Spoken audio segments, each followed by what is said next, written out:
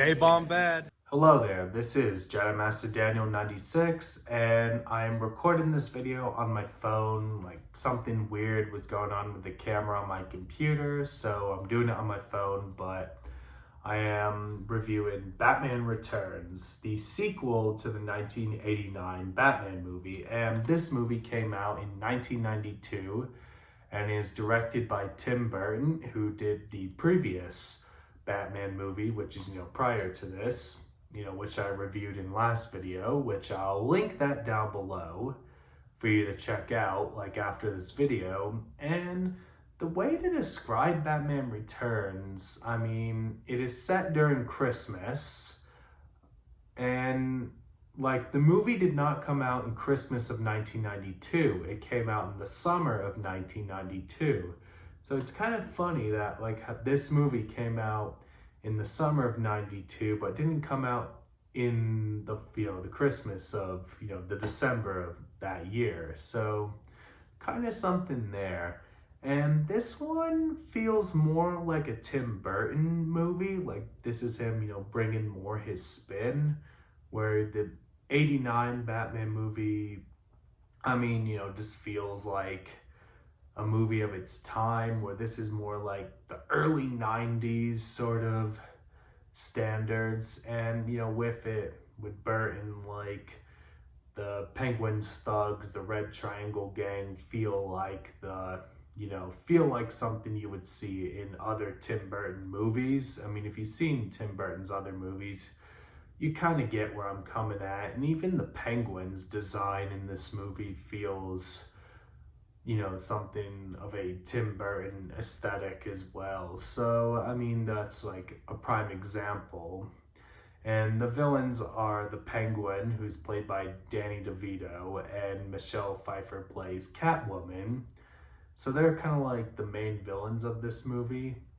And then you could say with Christopher Walken's character, Max Schreck, you could count him as a villain in this, because, I mean, he does have some villainous parts in it, and he's kind of that egotistical billionaire sort of thing, and he's kind of like, there's that bit, like he throws Selena Kyle out of a window kind of thing, and then, there's all these cats that resurrect her and stuff, and that's kind of how she becomes Catwoman in this movie. And with the Penguin, you do feel a lot of kind of sympathy for him, as he, was abandoned by his parents at a young age. So, I mean, it's different, from what the Penguin, what we saw in the recent Batman movie, in The Batman, where Colin Farrell's Penguin is more just like a crime boss sort of thing, where DeVito's Penguin, you have a lot more, he's a lot more sympathetic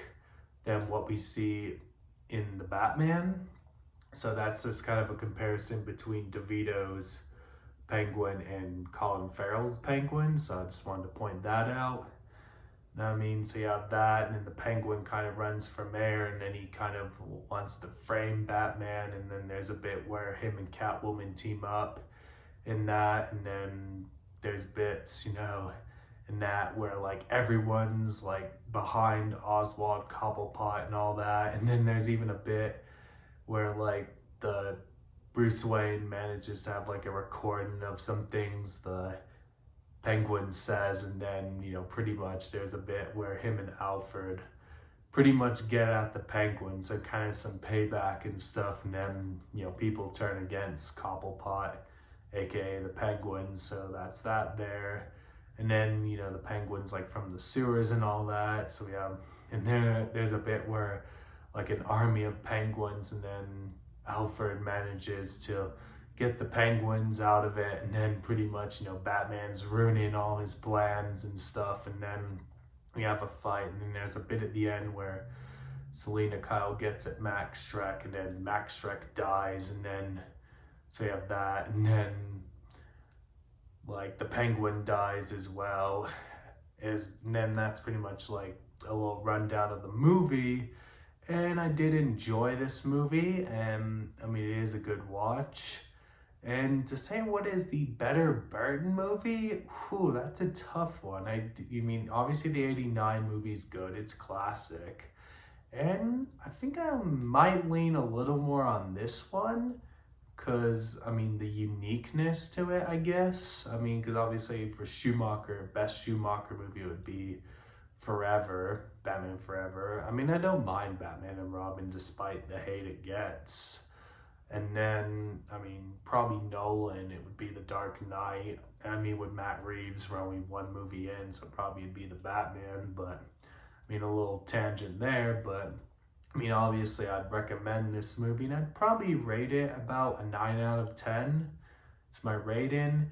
And I know back in the day, a lot of people would complain the movie was too dark. It wasn't, like, wasn't for the marketable. And then there were parents complaining about that it was dark and stuff because there are bits, like where the penguin bites someone's nose and blood gushes, and then there's a bit even when Catwoman claws like someone's face. So I mean, there are some gritty moments in this as well. So I mean, those are things. I mean, I don't think back then a lot of people understood what superhero movies could be and that sort of thing. So I don't think, because nowadays you can do a superhero movie that's either light or dark. So, I mean, look at how many superhero movies we get nowadays versus back then. So that's that there.